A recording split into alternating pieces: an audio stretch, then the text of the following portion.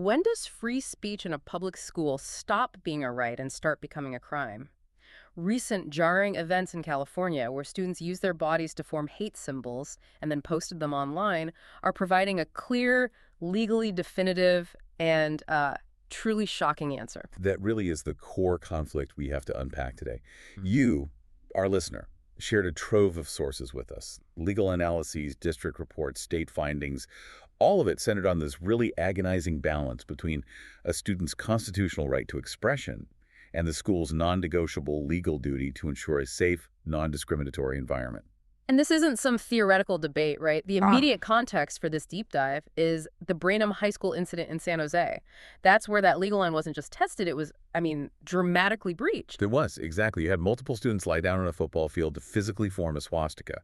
They took a picture of it, and then they posted it publicly with a caption that directly quoted Adolf Hitler about the annihilation of the Jewish race. So the expression was calculated, it was bold, and according to the authorities, completely indefensible under the law. Right.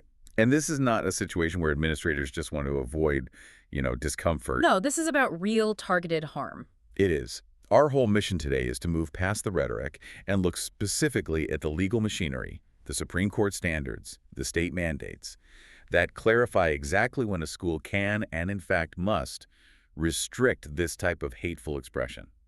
The entire discussion really pivots on accountability.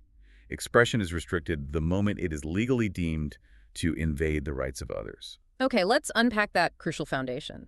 Everyone sort of knows the general rule. Students don't shed their constitutional rights at the schoolhouse gate. But what's the specific case law that establishes the limits of that right for K-12 students? We have to start with the landmark 1969 Supreme Court case, Tinker v. Des Moines.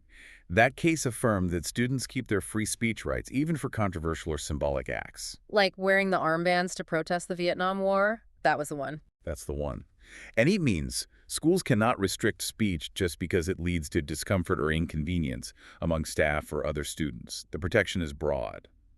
So if a student expresses an unpopular, maybe even offensive political opinion, as long as it doesn't cause a riot, that's protected. But the swastika incident shows that hate symbols are treated very differently. So where does Tinker draw that bright line? Well, Tinker gives us two distinct standards for restriction, and understanding the difference is key. First, schools can restrict speech if it causes a material and substantial disruption of schoolwork and discipline. That sounds like a pretty high bar. We're talking about chaos, disorder. Precisely. Walkouts, fights, that sort of thing. But the second standard, which is the one used to restrict targeted hate like antisemitism, is much lower. Speech is unprotected if it invades the rights of others. And that prong doesn't require a mass disruption. No, it only requires harm to a specific individual's right to feel safe and access their education without being discriminated against. That's fascinating. The focus shifts entirely from protecting the school's order to protecting the individual student's well-being. So how do courts define an invasion of rights? It can't just be about causing offense, can it? No, it's not just offense. The courts have been clear. Invasion of the rights of others is met when the speech falls into specific unprotected categories. The list includes the obvious obscene, libelous content, but crucially, it also includes generalized bullying, harassment, and threats. And targeted hate speech falls squarely into that harassment category. It does. The moment expression targets a protected group and undermines their ability to participate in school, that Tinker protection just dissolves. Okay, so that sets up the student side. Now let's shift to the school's counter-obligation. It's not passive tolerance, it's an active legal duty to protect students. Yes, and this is where civil rights law imposes a mandate that supersedes the First Amendment protections we just talked about. This is the affirmative duty, right? A responsibility to prevent a discriminatory, hostile school environment. What are the specific laws forcing schools to act? There are two main pillars. First, at the state level, California law requires that all students have the right to full and equal participation in education, free from discrimination based on things like religion or ethnicity. Schools must actively combat bias. And federally, that points us directly to Title VI of the Civil Rights Act. That's correct. Title VI prohibits discrimination based on race, color, or national origin in any school that gets federal funding, which is almost all public schools. And the sources made a crucial point here. While Jewish and Muslim students are defined by religion, Title VI applies when the discrimination involves racial or ethnic slurs or stereotypes. Exactly. The law looks past the label of religion and focuses on the nature of the harassment. Is it ethnic or ancestral stereotyping? And if it is, the Office for Civil Rights can step in. This duty means schools have to take prompt, effective action to end the harassment, eliminate the hostile environment, and stop it from happening again. That sounds like a really high bar for intervention. For the listener trying to grasp the threshold, how severe does the conduct have to be before it becomes a legally actionable, hostile environment? It does have to be serious. The standard requires that the harassing conduct, verbal, written, graphic, must be so severe, pervasive, or persistent that it interferes with the student's ability to participate in school. A single minor comment usually won't meet that threshold. But the sources suggest that when you use targeted hate symbols, that threshold drops fast. Why is that? Because the sheer gravity of a symbol like a swastika, which is tied to the historical mass annihilation of a people, is often enough to be deemed severe on its own. It immediately satisfies that part of the test. It's an immediate, deep wound that fundamentally alters the school environment for the targeted group. So now we have the legal framework. Let's connect it back to the Branham High incident. 8 students forming that swastika. This seems like a perfect example of both prongs of Tinker being violated at the same time. It absolutely is. When school officials looked at that, they didn't see a controversial political statement. They saw an act of targeted, unacceptable anti-Semitism. And the students didn't just display the symbol, they amplified the harm by adding that direct Hitler quote about annihilation. And if the students had tried to argue that this was just political commentary meant to provoke debate, how does the school legally defeat that claim? The law focuses on the effect of the speech, not necessarily the subjective intent of the person saying it. Acts like this are restricted precisely because they target, demean, or threaten students based on their Jewish identity. That's not political debate, that's direct harassment. We found a really powerful detail in the sources about how harm is interpreted here. Yes. The crucial detail is the legal justification. These deplorable images are treated as inflicting real, measurable harm. Legal experts noted that this kind of display is, and I'm quoting, akin to a physical assault for Jewish individuals. Wow. That's not hyperbole. That's framing the act as inflicting direct trauma and fear. It is. It makes the school's duty immediate and non-negotiable. It becomes the safety issue, not just a disciplinary one. When expression causes a detrimental effect on a student's physical or mental health, which this clearly did, it meets the definition of bullying under the California Education Code. That is firmly unprotected speech. And the consequences were swift: suspension and a hate crime investigation from the police. Exactly. The legal system recognized the severity right away. So we've established the line for students, but the sources reveal the legal duty goes even further, right into the classroom. This is where it gets truly complex. The California Department of Education, the CDE, actually investigated curriculum and teacher conduct. This is a critical pivot. Yes, the CDE stepped in after getting complaints about biased instruction related to the Israel-Palestine conflict, which Jewish families argued was creating an environment of targeted bias. What were the actual specific violations that triggered a state intervention? Let's look at 2 districts. In Campbell Union, the CDE found teachers violated anti-discrimination standards by presenting unbalanced instruction.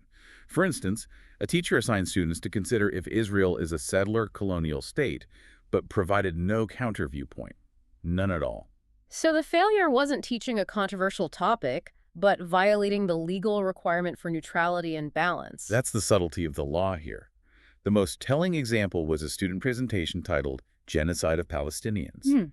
The CDE found the teacher failed to question, challenge, or even comment on the presentation's thesis. And the legal finding was that the teacher's silence could be interpreted as an implicit approval. An endorsement, exactly. And that implicit endorsement by a school employee is what actively created a hostile environment for Jewish students in the room. Wow. Silence is legally interpreted as implicit endorsement, and that becomes the violation. What about in the Santa Clara Unified District? Similar violations, but maybe more direct. One teacher was found to have modeled the Gaza conflict for a genocide project, using politically charged terms like crimes against humanity of apartheid. By using those terms as factual framing in a guide, the teacher injected personal bias and violated the standard of neutrality. And there was another incident involving a direct confrontation. Yes, a teacher directly confronted a Jewish student in front of other kids, urging them to disinvite an Israeli speaker. The CDE determined that this overt act of coercion, backed by the teacher's authority, created an undeniable hostile environment.